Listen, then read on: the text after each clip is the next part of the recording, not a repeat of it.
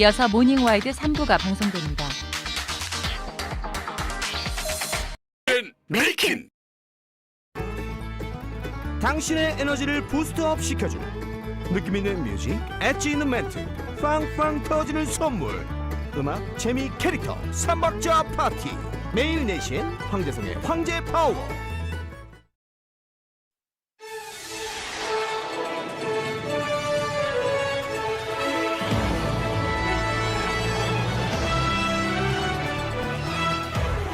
늦은 밤 한 남성이 복도에서 물건을 부수고 화분을 던지는 등 행패를 부립니다. 이미 1시간 전에도 이 가게에서 난동을 피웠다고 하는데요. 대체 어떤 일이 있었던 건지 대한민국 긴급 상황에서 취재했습니다. 프랑스의 수도 파리에서만 10만 명이 넘는 시민들이 거리로 나와 시위를 벌였습니다. 과열된 분위기 속에 곳곳에서 경찰과 갈등이 격화되고 있다는데요. 자세한 내용 잠시 후에 전해드립니다.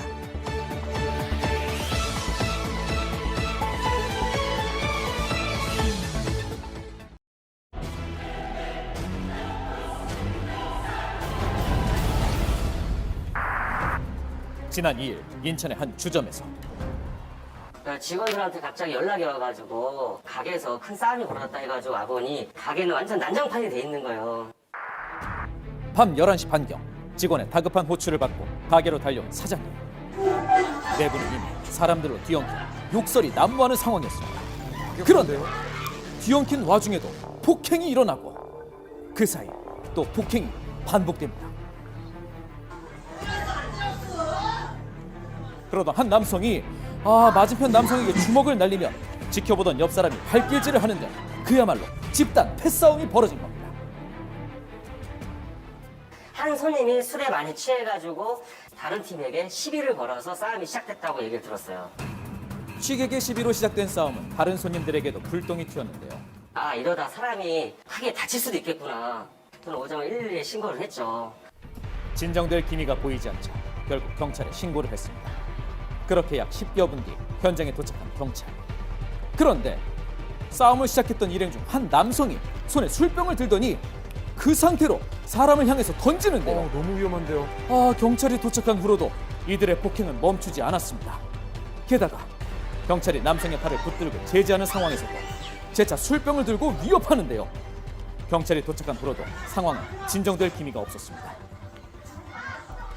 저희가 너무 답답해가지고 경찰분한테 얘기를 했어요. 연행을 하시든가 이제 가게에서 데리고 나가셔야 되는 거 아니야? 그때 경찰분들이 자기네 힘으로는 제압이 어렵다고. 아하. 그래서 저희가 다시 또 신고를 해가지고 지원 요청을 했어요. 2차 신고를 받고 추가 투입된 경찰. 사건 발생 약 30여 분 만에 경찰이 피의 남성들을 가게 밖으로 연행하며 사건은 그렇게 일단락되는 듯 했습니다. 이제 청소를 하고 하는 데만 1시간 넘게 걸렸어요. 이제 직원들을 기가 조치 시키고 저희들 집에 갔는데 갑자기 보안업체에서 전화가 온 거예요. 사장님 가게에 문제가 생겼습니다. 보안업체에 전화를 받고 사장님이 다시 가게로 찾아왔을 때 입구는 또 한 번 난장판이 되어 있었는데요. CCTV를 돌려본 사장님이 충격을 금치 못한 건 술병을 던졌던 피의자가 약 1시간 만에 다시 나타났기 때문입니다. 그리고 남성은 가게 입구에 달린 보안기기를 마구잡이로 뜯어내는데요. 심지어 해당 건물에 거주하는 세입자 집문을 열어 젖히는가 하면 도자기로 된 화분을 출입문에 던지는 등 위험한 난동과 행패를 부린 뒤 현장을 이탈했습니다. 그는 대체 왜 이런 행동을 했던 것일까요? 보복성이죠. 만약에 그 상황에 가게에 누군가 있었다면 더 큰 사고가 날 수 있었던 상황이었어요. 본인이 경찰에 신고했다는 이유로 피의자가 보복을 위해서 다시 찾아온 것 같다는데요. 결국 이번 패싸움 사건의 가장 큰 피해는 업주가 고스란히 떠안게 된 겁니다. 그런데 집단 폭행 당시 출동 경찰관들은 남성을 연행해 가지 않았던 걸까요? 그 자리에서 몇 마디 나눈 다음에 다 기가 조치하더라고요. 연행도 안 하고 저기서 바로 그냥 집에 돌려보내주는구나. 그래서 우려하는 마음이 있었는데 아닌가 달리게 현실로 나타난 거예요. 폭행을 눈앞에서 확인했던 경찰들은 왜 피의자들을 돌려보냈던 것일까?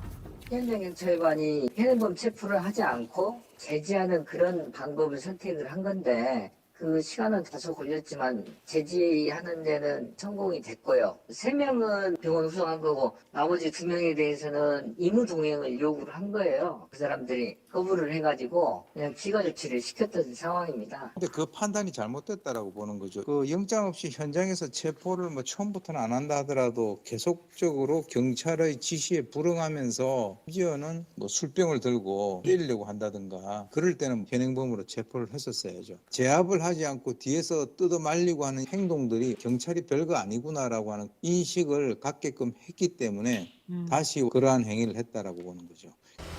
국민의 재산과 신체 등 생명을 보호하는 이들을 우리 경찰 공무원이라 합니다. 무고한 피해자가 생기지 않도록 단호한 대처가 필요할 때가 아닐까요?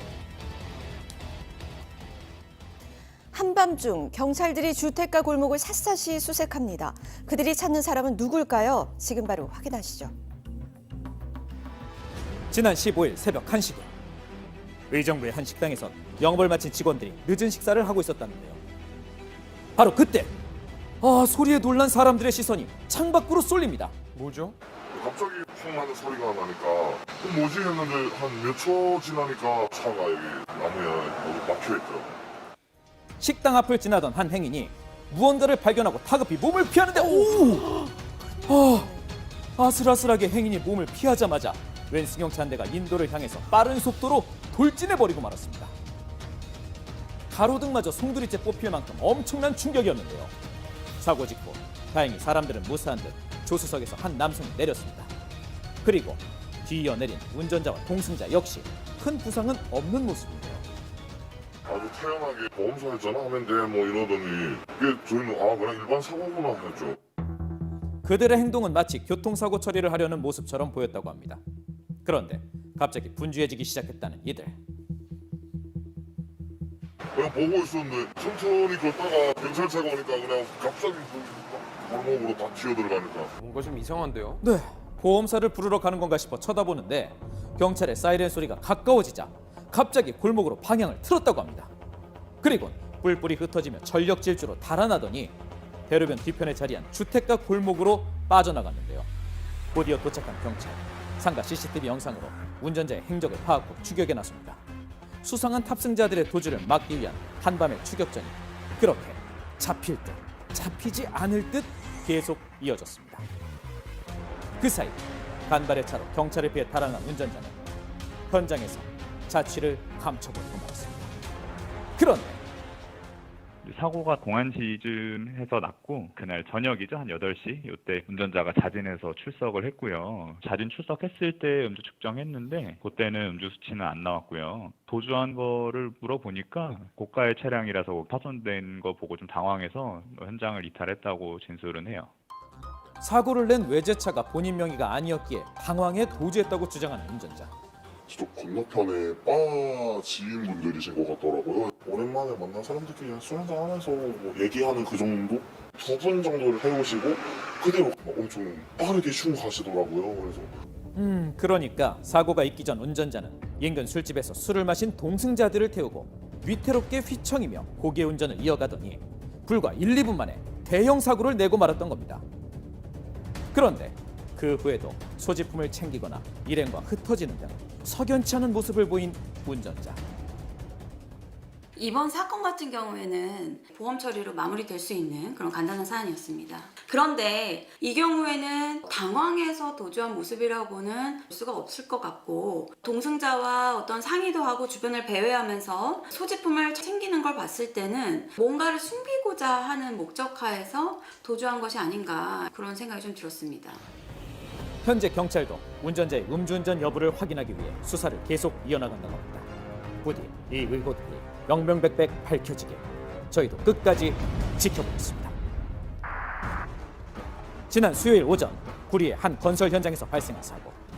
갑자기 밖에서 천둥 치는 것처럼 우르르 건물이 무너지는 줄 알고 너무 많이 놀랐습니다. 처음 보는 거니까 놀래긴 놀래지. 사고를 목격한 시민들을 충격으로 몰아넣은 그 정체는 바로 약 80톤급 거대한 타워 크레인의 추락 사고였습니다. 오전 9시 반경 아파트 공사 현장에서 사용하던 이 이동식 대형 크레인이 쓰러진 것입니다. 전신주 위로 떨어진 걸로 저는 봤거든요. 저희 옆 건물이랑 다 정전됐던 걸로 저는 기억하고 있습니다. 도로 통제를 하면서 차선이 하나가 줄다 보니까 그때부터는 좀 많이 막혔던 것 같아요. 정전과 함께 신호가 멈춰 도로는 마비되고 복구 작업에만 반나절이 소요됐다고 합니다. 출근 시간대이기도 했고 사람이 많이 다니는 길이기도 한데 불행 중 다행이라고 생각을 할 수는 있을 것 같아요. 정말 다행인 건 사고 당시 인도에 사람이 없었고 도로가 아닌 보호 펜스로 추락해 인명피해는 없었다는 겁니다. 하지만 저도 지금 다시 생각을 해보면 너무 좀 끔찍한 것 같긴 합니다. 수행 같은 거, 이 안전에 대해서 점검을 잘 해야지 사실 생명이 달렸는데. 사고와 함께 큰 인명피해를 부르는 건설기기 추락 사고들 매해 끊임없이 비극을 낳고 있습니다. 그런데 대체 이번에는 또 왜 건설 현장에서 크레인이 추락하는 사고가 발생했던 걸까요? 공사가 시작하려고 그러는 데다 보니까 집안이 약했던 거예요. 그 조금 기울어진 데서 휘청하면서 이게 딱 넘어진 거예요. 그리고 이번 사고가 발생됐던 것은 우리 자동차와 같이 바퀴가 달려있는 휠 형태예요. 그래서 이동을 하는 중에 집안 자체가 연약화가 돼서 침하가 될 가능성이 있기 때문에 충분한 점검을 좀 해야 되는데 그런 것들이 안 돼서 사고가 발생이 됐다는 거죠. 이젠 정말 가슴 아픈 비극이 반복되지 않도록 안전에 온 힘을 써주길 진심으로 바랍니다.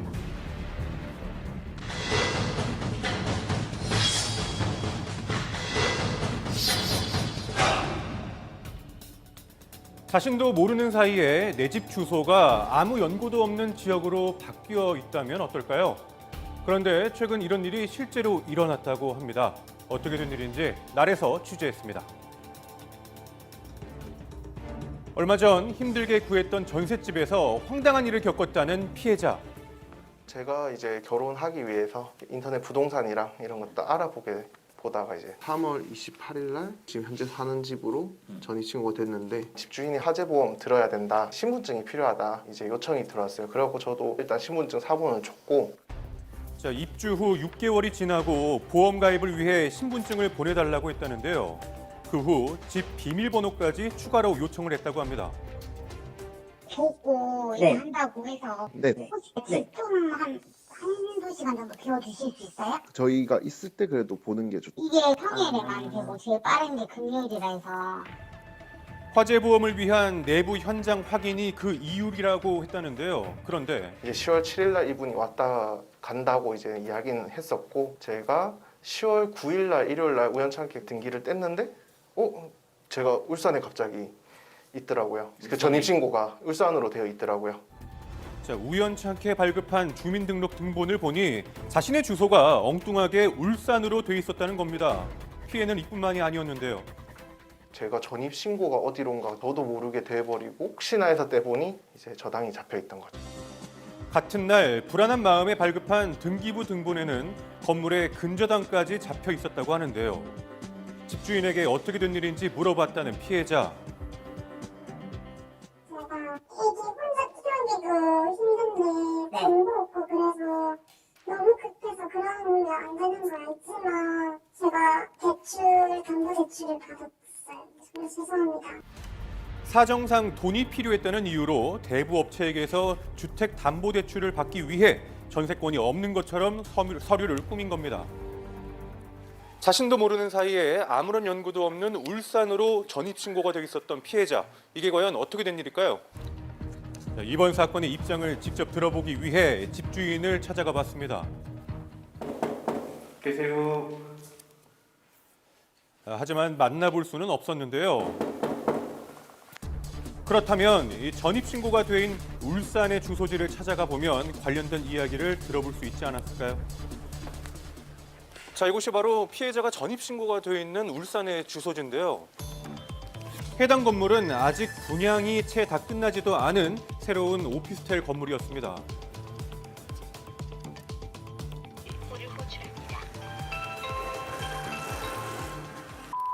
혹시 찾고 있었거든요. 용인마을에서 왜 나오는 건데 누구신지 모르겠는데 좀 가주실? 이번 사건과는 연관이 없다고 말한 입주자. 피해자 의사와는 관계없이 진행된 이번 전입신고. 혹시 행정복지센터에서 어떤 착오나 문제가 있었던 것은 아닐까요? 절차상 문제는 없고 전입 신고 자체가 이게 신고주의거든요. 전입 신고서랑 그다음에 세대주 신분증 그 세대원의 도장으로 날인을 받거든요. 그래서 뭐 정확하게 시에 오셨기 때문에 자, 신고서와 세대원의 도장만 있으면 가능하다는 전입신고. 게다가 취재 도중 한 행정기관 관계자에게서 뜻밖의 이야기도 들을 수가 있었습니다. 전국적으로 이 사람이 자기가 어느 한동 빈집 공실에 정부이시사로 전입신고를 해요. 그럼 내가 세대주가 되잖아요. 그 집에 동거인을 하고 막도장 3,000원짜리 하나만 파서 찍으면 전입신고가 되는 거예요. 전국에 이런 사건이 수십 개예요. 최근에 발생했다는 허위 신고건을 보면 집주인이 세입자를 속인 후 다른 세대주를 통해 전입신고를 하는 일이 있었는데요. 자, 이번 사건과 같은 동네에 동일한 수법, 심지어 그 세대주의 이름까지 같은 것으로 추정이 됩니다. 이게 다 과연 우연이었을까요? 적으로 하자 없으니 이렇게 하면 된다고 자기네들끼리 유튜버나 그런 게 있을 거예요. 왜냐면 전국에 동시다발로 일어났거든요. 그래서 행안부에서도 지난주에 공문을 다 뿌렸어요. 자, 그렇다면 이 세대원의 의사를 반드시 확인해야 하는 절차는 왜 따로 없는 걸까요? 전화를 하거나 이런 거는 의무사항은 아닌. 신분증은 관례상 확인차 보는 거지 주민등록법상에는 도장만 있으니까 사기치려면 도장만 파서 할 수 있겠다고 생각이 들더라고요. 자, 그렇습니다. 실제로 행정안전부에서 발간한 문서를 살펴보면 전입자의 의사를 확인하지 않아도 정당한 문서로 볼 수 있다는 내용이 포함되어 있습니다. 보증보험을 이제 들어놨는데 전입 신고가 이미 가버렸기 때문에 보험보증보험에 대한 현재 서류상으로는 제가 주장을 할 수 있는 근거가 없습니다. 저는 돈을 못 받으면 다 어떻게 보면 제 혼자만의 빚이 돼버리니까 그게 제일 막막하죠, 지금도. 결국 경찰의 수사 결과만을 기다려봐야 하는 상황. 울산에 사시는 분, 이분은 본인이 허위 신고를 한 거거든요. 주민등록법 위반이 되는 거고요. 그 다음에 이제 대출을 받은 사람 같은 경우에는 전세 사기에 해당되어가지고 그거는 역시나 범죄가 되고 피싱보다 어떻게 보면 이게 훨씬 더 그 국민들한테는 훨씬 더 큰 피해가 될 수 있는 거거든요. 시간적인 격차가 길어지면 길어질수록 피해가 커진다는 거예요. 네, 전입신고 변경 시 알림이 가는 서비스도 현재 실행을 하고 있는데요. 신청을 해서 활용을 해보면 이런 피해를 조금 줄일 수는 있다고 합니다. 이렇게 빈틈을 노리는 전세 사기 수법들, 이제는 정말 사라져야겠습니다. 얼마 전 축구장 참사로 133명의 사망자가 나왔던 인도네시아에서 이번엔 이슬람 사원 붕괴 사고가 발생했습니다. 수리 중이었던 사원의 돔이 무너진 건데요. 네, 다행히 사전 대피 성공에 사망자나 부상자는 없었지만 참사를 겪었던 인도네시아 주민들 또 한 번 가슴을 쓸어내려야 했습니다. 현지 상황 바로 만나보시죠.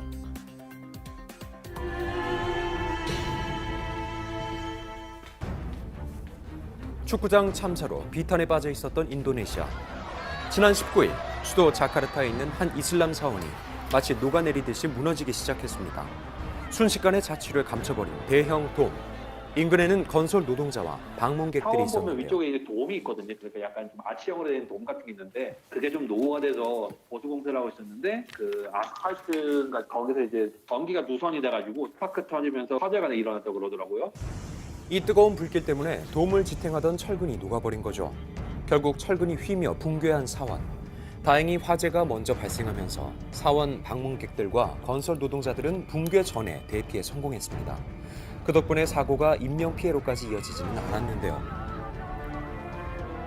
안 그래도 축구 경기 사건에서 100 죽었는데 이슬람 사원 사건으로 또 죽었으면 비극이 이렇게 연달아 일어나나 그런 느낌일 수 있는데 사상자가 안 나왔기 때문에 그 점은 정말 다행이라고 생각해요. 축구장 사건이 지금 정리가 안 된 상황인 것 같아요.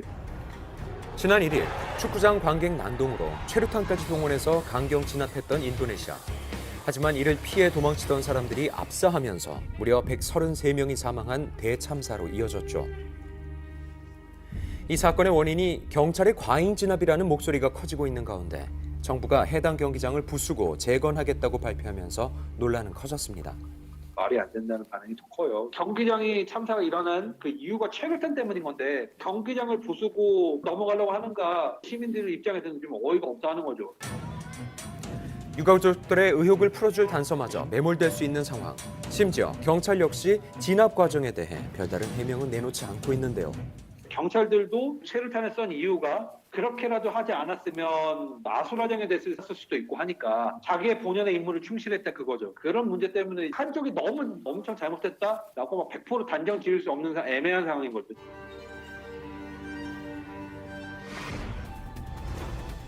세계에서 가장 먼저 인간답게 살 권리를 주장했던 프랑스. 최근 프랑스 곳곳에서 분노한 시민들이 거리를 메웠습니다. 10만여 명이 몰린 시위, 격해진 분위기 속에 일부가 가게와 은행을 부수기도 했습니다. Les salariés en grève plutôt que de réquisitionner les profits de Total. Donc là, il y a un choix de camp social et nous, c'est l'autre camp et on pense qu'il y a un combat à mener. 시위에 참여한 시민들과 경찰들이 무력 충돌하는 일도 비일비재한 상황. 시민과 경찰 모두 이렇게 분노한 이유는 뭘까?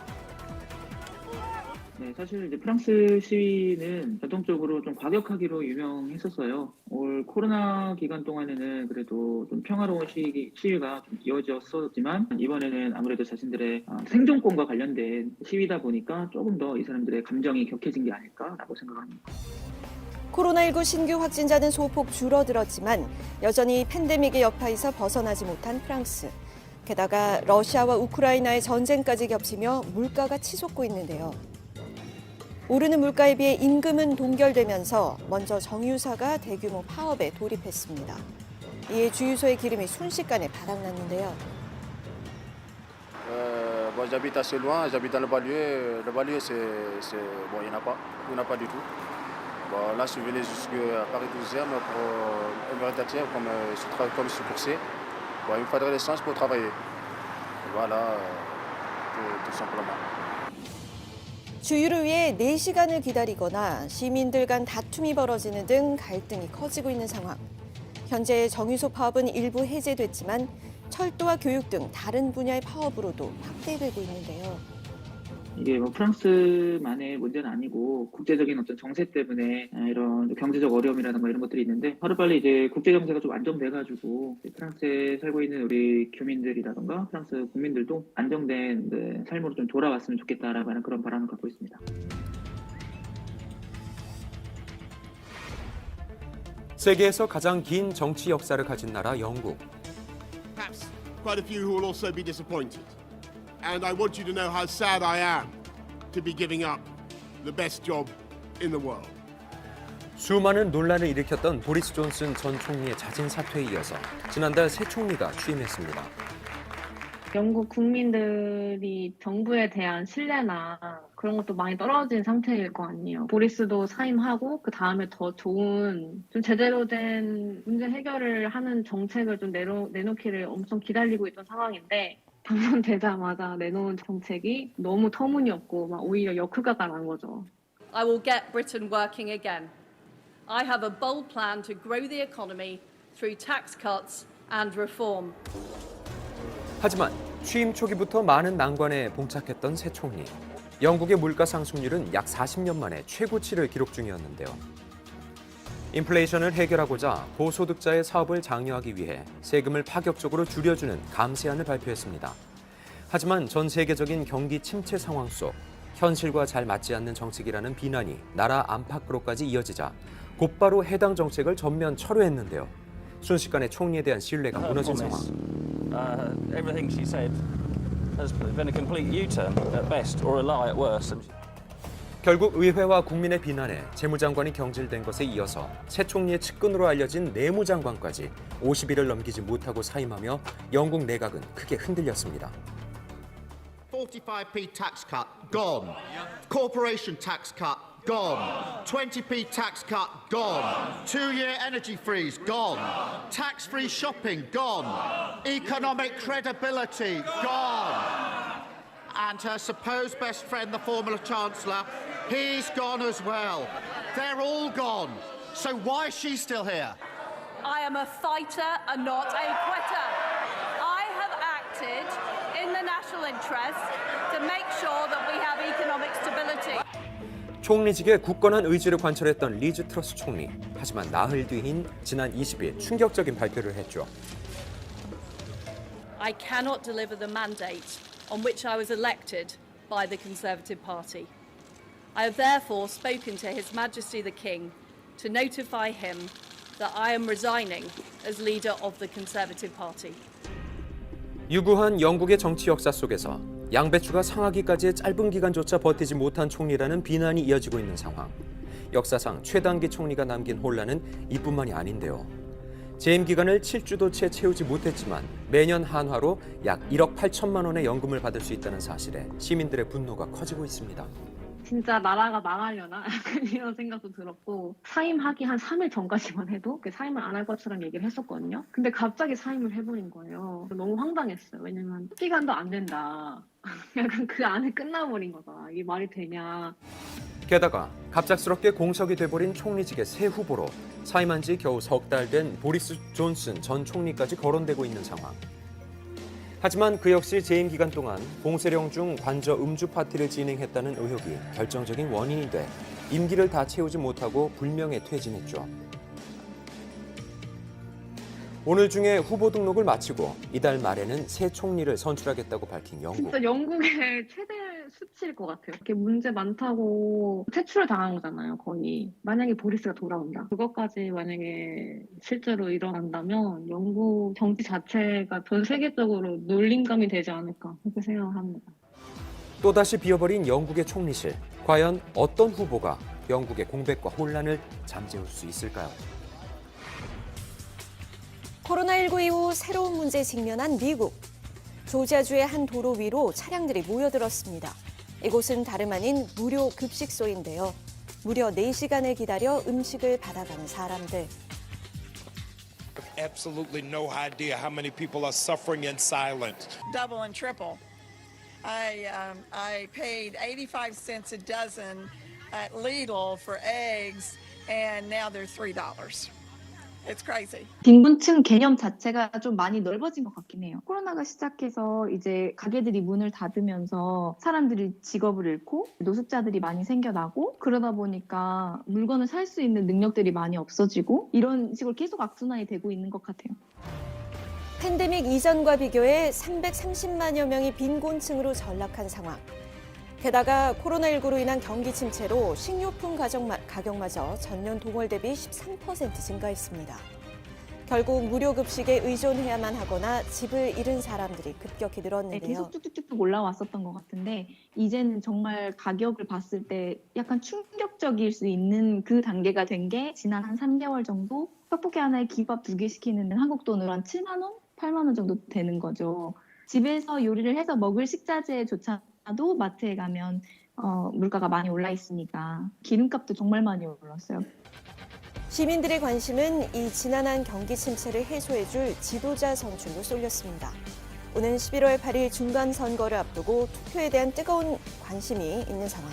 시민들의 이러한 열망은 일부 여론조사에서도 고스란히 드러났는데요.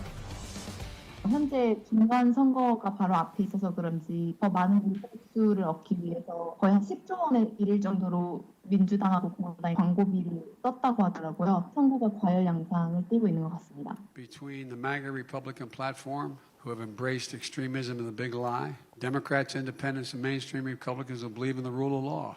This November, the American people are going to show this repulsive political class exactly what we think of their lies, their witch hunts. 경합지인 조지아주를 포함해 사전투표율이 역대 최고치를 기록 중인데요. 그만큼 지지자들 사이 갈등도 심해지고 있는 상황.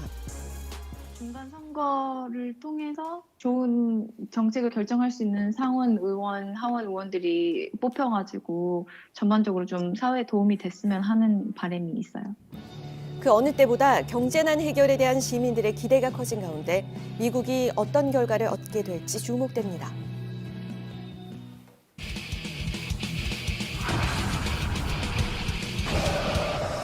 미성년자 연쇄 성폭행범 출소합니다. 전자발찌를 채우고 24시간 밀착 감시하겠다고 밝혔습니다.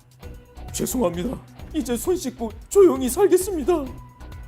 출소 소식이 누구보다 두려운 사람들, 바로 출소자 거주 지역 인근 주민들인데요. 마을은 그야말로 비상입니다. 또 범죄를 저지르면 어떡해요? 불안해서 못 살겠어요. 이렇게 재범 우려가 있음에도 사회로 돌아가는 흉악범들을 일정 기간 시설에 수용하는 보호수용제 도입이 다시금 불거지고 있습니다. 하지만 이에 대해서 찬반 논란이 뜨거운데요. 당연히 필요하다고 생각합니다. 범죄자가 또 나와서 또 안 저지른다는 보장이 없잖아요. 수용을 해서 시민들의 안전을 좀 최우선시했으면 좋겠습니다. 인권적인 부분에서 좀 잡음이 있지 않을까요? 형기를 마쳤으니까 이중 처벌이 될 수는 있을 것 같아요. 네, 이 보호 수용제에 대한 논의는 이번이 처음은 아닌데요. 앞서 2020년 세간을 떠들썩하게 했던 아동 성범죄자 조 씨의 출소 당시에도 거론이 한번 됐고요. 최근 또 다른 성범죄자인 김 씨의 출소 소식 이후 다시 수면 위로 떠올랐습니다. 논란의 보호 수용제, 과연 어떤 제도인 걸까요? 지금부터 썰에서 알아보시죠. 2020년 당시에 이제 국회의원들이 이 법안을 발의를 하게 됩니다. 살인 범죄를 2회 이상 범해서 상습성이 인정되는 경우와 같은 강력 범죄, 성폭력 범죄를 3회 이상 범한 상습성이 인정되는 경우, 또 13세 미만인 사람에 대해서 성폭력 범죄를 저질러서 중상해를 입게 한 사람에 대해서 보호 수용을 청구할 수 있도록 함을 원칙으로 하고 있습니다. 현재 국회에 발의된 법안 내용으로 보호 수용제가 무엇인지 좀 더 알아보면요. 우선 무기한으로 시설에 있는 게 아닌 1년 이상 10년 이하로 제한되어 있고요. 교도소와 달리 특별한 문제가 없으면 혼자 방을 쓰게 됩니다. 이게 사회와 분리하는 목적도 있지만 사회 적응 시설이기도 해서 단기 휴가나 외출을 허락하고요. 또 작업을 신청한 수용자는 노동을 통해서 월급 또한 받을 수 있다고 합니다. 또한 사회에 복귀했을 때를 대비해 개별 상담과 치료를 통해 재범을 막는 시설이라는 거죠. 일정한 요건을 충족하고 재범의 위험성이 있다라고 판단되면 전자발찌를 착용한다든지요. 추적 감시하는 시스템들이 도입됐는데 아직까지 좀 그런 것들이 미흡하다라고 보여지는 것들이 있는 거죠. 그래서 치료 시스템을 도입할 필요성이 있다라고 해서 전자발찌를 훼손하고 여성 2명을 살해한 다른 사람 돈을 빼앗고 전자발찌를 끊고 달아났습니다. 현재는 재범 위험성이 높은 범죄자를 감시하기 위해서 전자발찌가 있기는 하죠. 강화한다고는 하지만 그 효과에 의문이 드는 게 사실인데요. 통계를 봐도 우리나라의 재범률 현황은 최대 50%에 이르다 보니 이 보호 수용제가 도마 위로 오를 수밖에 없다는 겁니다. 비단 우리나라만의 상황이 아닌데요. 해외 여러 나라에서는 보호 수용제를 다양하게 운용하기도 하지만 독일 같은 경우는 성범죄자들을 정신병원이나 사회치료시설, 보안감치소 등에 수용해서 최대 10년을 지금 수용할 수 있는데 이것도 연장이 가능하게 되어 있고요. 이탈리아, 스위스 등 세계 여러 나라에서 시행 중인 보호 수용제.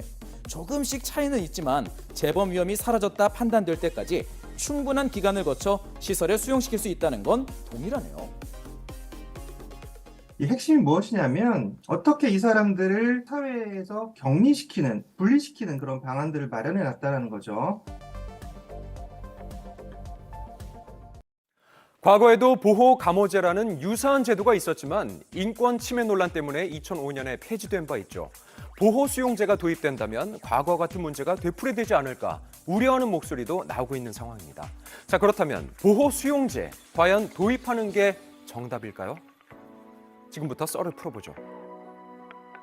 형기를 마쳤으면 끝나는 거예요. 다시금 다른 죄를 저지르기 전까지는 이 사람을 심리를 하지도 못하고 교도소에 집어넣을 수도 없어요. 근데 형기가 끝났음에도 불구하고 다시 또 격리시설에 수용을 하는 거잖아요. 그거는 또 다른 형벌이라는 거죠.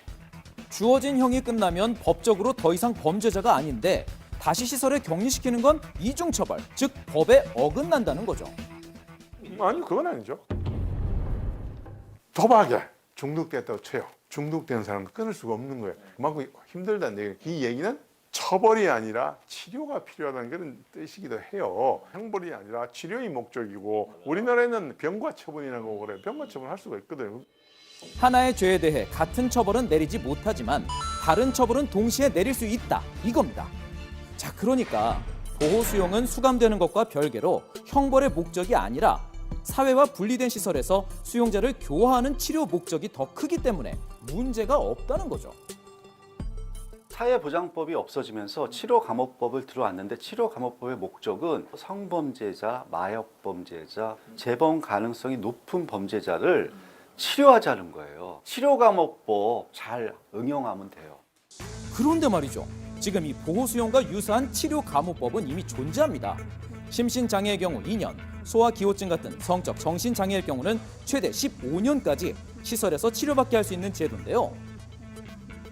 보호 수용제는 또 다른 시설을 마련해야 되고 또 다른 인력을 뽑아야 돼요. 그러니까 그런 건 생각 안 하고 해야 된다 하는데 사실은 그게 쉽지 않은 문제죠. 당장 보호수용제 도입에 따른 예상 비용만 약 860억. 세금으로 이럴 거면 차라리 기존 제도를 더 활성화하는 게 합리적이라는 거죠. 재범이 예방된다면 그것이 훨씬 더 우리 사회에 효과적이죠. 형사정책을 경제 논리로만 따질 수는 없어요. 결국은 재범의 위험성이 높은 사람들로부터 우리 사회와 우리 시민의 안전을 보호하기 위한 어쩔 수 없는 선택 수단이라고 보시면 되겠죠. 하지만 시행된다면 사회 적응을 통해 재범으로 인한 피해가 줄고 시민들에게는 거주지와 분리된 시설이 생기니 불안감도 덜어줄 수 있어 또 좋고 결국은 서로에게 윈윈이라는 거죠. 범죄자를 우리 사회로부터 배타적인 그런 게 아니라 포용적인 그런 이제 정책이 필요는 해요. 미국 같은 인권 국가에서도 그런 대안을 채택해요, 전략을. 미국은 워낙 주마다 다 달라요. 격리 수용만 하는 데도 있고 또 치료 목적으로 격리 수용을 하는 데도 있고. 그러니까 우리나라 실정에 맞는 법제도를 바탕으로 실효성 있는 제도를 펴야 되는데 무조건 외국만 따라한다? 이러면은 오히려 부작용이 더 크죠. 보호 수용제 어느 쪽으로 결정이 나든 부디 시민을 위한 결론이 되길 바라면서 이상 썰이었습니다.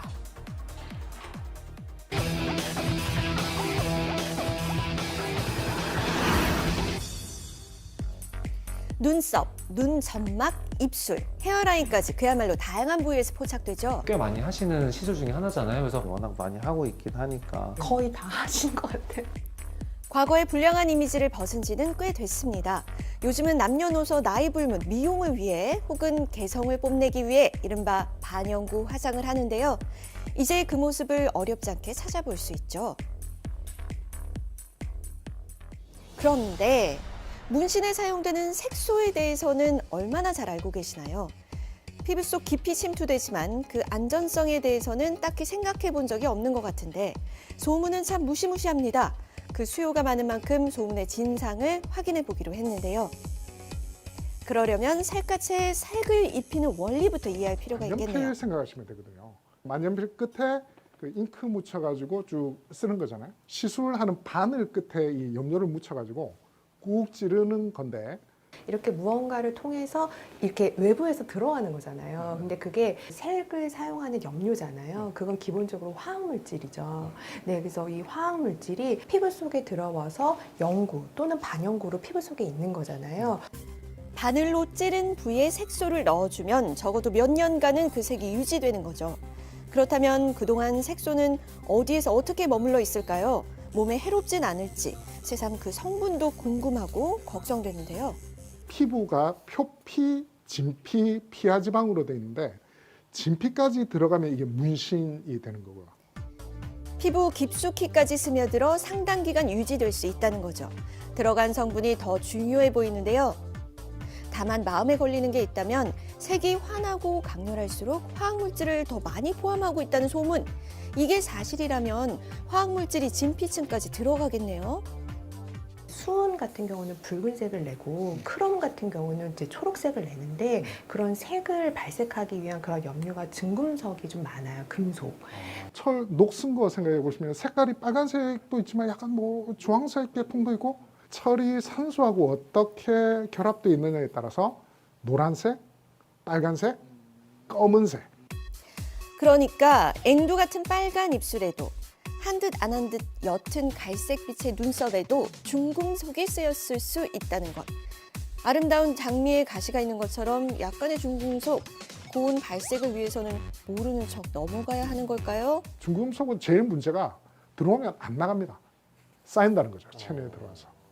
결국에는 화학의 성분이고 중금속도 포함되어 있는 경우들이 있기 때문에 최대한 흡수가 안 되는 게 건강에는 더 이롭습니다. 사실 요즘에 문신을 굉장히 반복적으로 하실 뿐만 아니라 굉장히 넓은 범위에 하는 경우가 굉장히 유행이거든요. 그래서 그렇게 전신적으로 하시거나 반복해서 하시는 경우에는 혈중 농도도 같이 올라갈 수가 있습니다.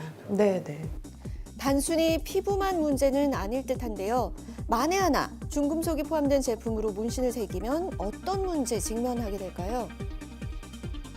거기 안에 있는 이제 화학 성분이라든지 중금속 이런 것들에 노출이 되면서 알레르기 반응도 나타날 수 있고 체내 그 양이 많으면 중추신경계에 영향을 미칩니다. 그래서 체내에 기준치 이상의 중금속이 쌓이면 신경에도 문제가 생길 수 있겠네요.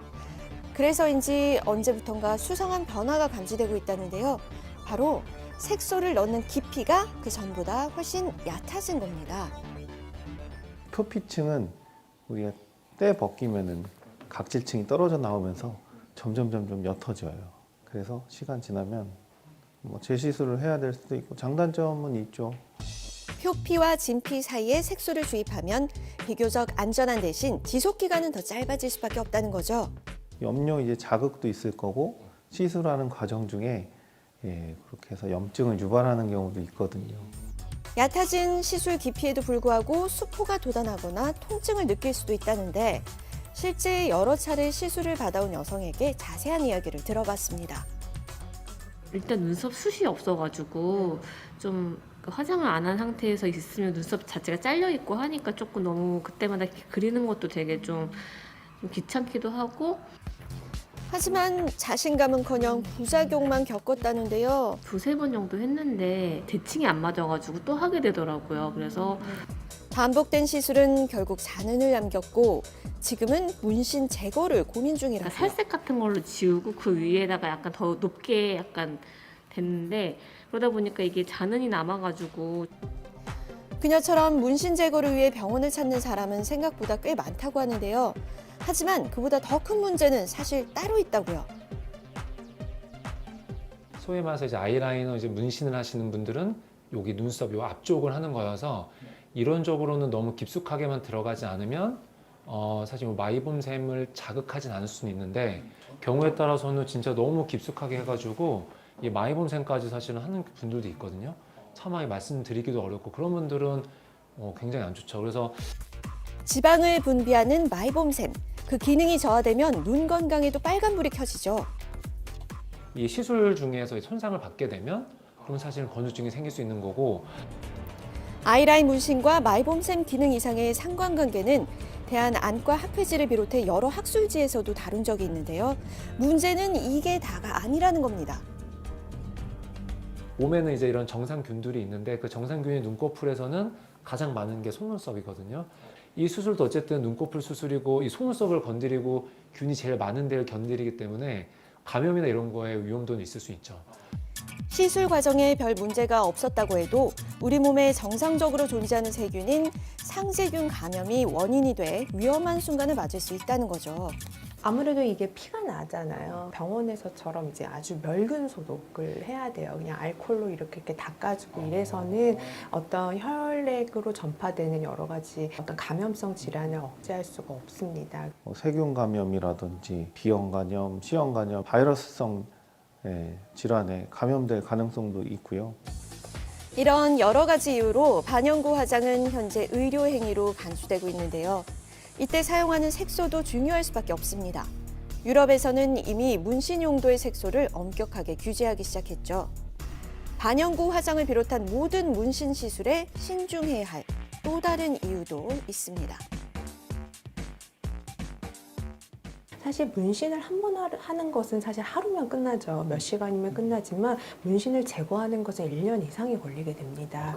네, 그래서 레이저로 한두 번으로 제거되는 경우가 없기 때문에 이제 문신을 시술하기 전에는 굉장히 잘 이제 고려를 해보셔야지 되는 것이죠. 개인의 취향에 따라 선택할 문제지만 최소한 그 위험성은 알고 실행해야 되지 후회 없는 선택이 되지 않을까요? 환절기가 되면서 찾아오는 게 있죠.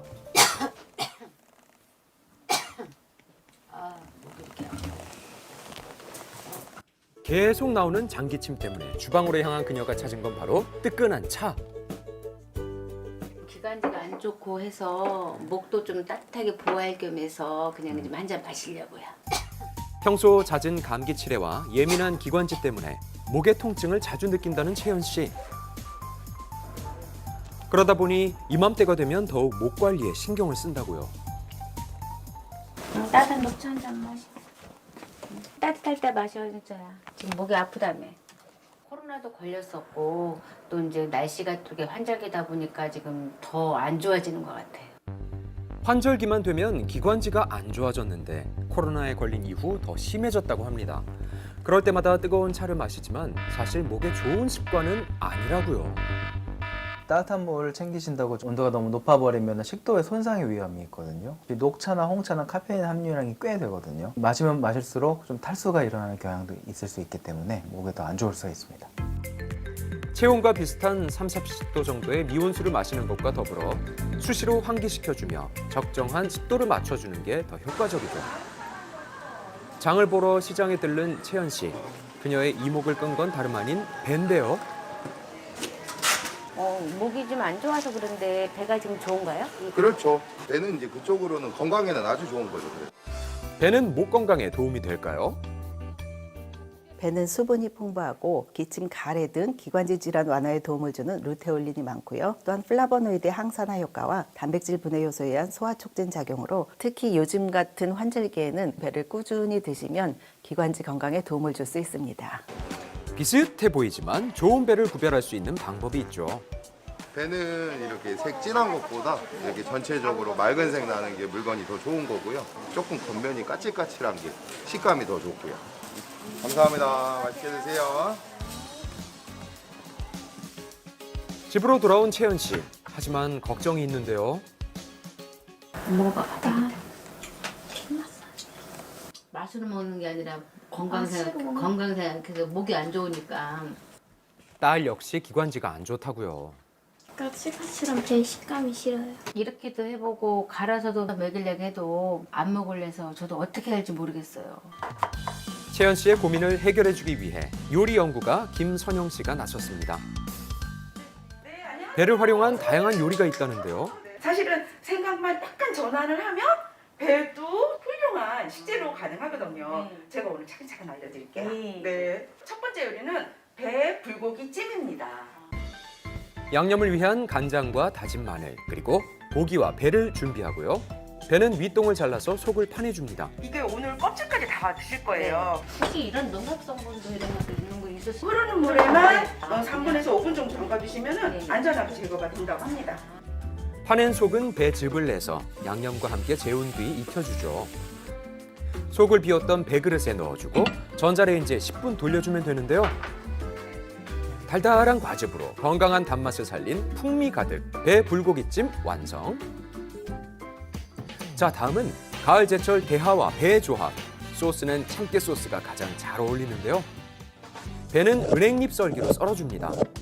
또 대하는 달군 팬에 2분 정도 익혀주시고요. 마지막으로 진짜 플레이팅만 하면 끝나거든요. 듬뿍 갈게요. 고소하고 새콤한 참깨 소스를 뿌리면 완성! 탱글탱글 살이 오른 대하와 달콤하고 아삭한 배가 잘 어울리는 배 대하 무침. 그다음 요리는 배가 주인공인 배 깍두기입니다. 배로 만드는 깍두기 어떤 맛일지 상상이 안 가시죠? 그 방법 지금 보죠. 크기는 가족의 기호에 맞게. 저희 아이는 좀 크게 먹어요. 크게 먹어요? 네. 그러면은 크게. 깍두기인 만큼 고춧가루는 당연히 필수겠죠? 여기다가 우리가 김치 담글 때랑 똑같이 양념을 해야 돼요. 김치 양념 그대로 버무리기만 하면 되는데요. 그 어디에서도 볼 수 없었던 배요리 한 상이 완성됐습니다. 이렇게 깍두기, 무침, 불고기 잘 먹을 것 같아요, 아이가. 윤서야, 오늘 나 우리 맛있는 배요리 먹자. 식감 때문에 안 먹었던 윤서양. 요리는 과연 입맛에 맞을까요? 모두도 시간 없다. 맛있어요. 앞으로 해주면 엄마가 해주면 잘 먹을 거지? 환절기에 취약한 목 건강. 아삭하고 달콤한 배로 맛있게 관리하세요. 날씨 속에 단풍이 절정을 이루고 있습니다. 설악산 등 곳곳이 절정기에 접어들었는데요. 하지만 오늘부터 찬바람이 다시 강해지면서 날씨가 추워지겠습니다. 네, 서울의 아침 최저 기온은 6도, 낮 최고 기온은 14도로 꽤 쌀쌀한데요. 네. 체감 온도는 더 낮다고 하니까 오늘 옷차림 든든하게 잘 하시기 바랍니다. 네, 즐거운 하루 보내시고요. 저희는 내일 아침에 다시 인사드릴게요. 고맙습니다. 있지만 내가 뜨거운 those shoes 무슨 말이 더 필요해 무심한 내가 걸어